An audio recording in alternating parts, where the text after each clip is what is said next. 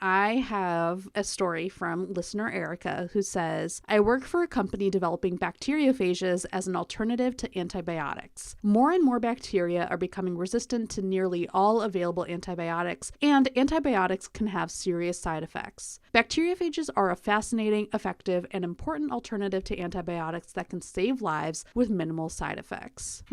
Bacteriophages are basically just viruses that can infect bacteria. They were first discovered in the 1910s, and they were actually the thing that people were trying to use to treat bacterial diseases before antibiotics were discovered. So I just think that's like really cool. Very logical. It's like, if this thing can infect bacteria, then we should use it to kill them. Yep, exactly. And so, they are viruses. What they do is they infect a host cell and they use that cell to replicate. Bacteriophages have different types of life cycles. And so if they're in what's called the lytic cycle, they can actually burst and kill the host cell. So there isn't apparently the same kind of risk for developing resistance to phages that like there is in antibiotics. But there's also the possibility that we could combine them. At the same time, though, the authors warn that there are cases where phages might hinder the performance of antibiotics. Sometimes you think like these approaches could be additive, Yep. and then you have to really think about actually how could they be conflicting with each other? Logically, if we can take this bacteria from two sides, it's toast, but it actually could be worse and you should stick with just one.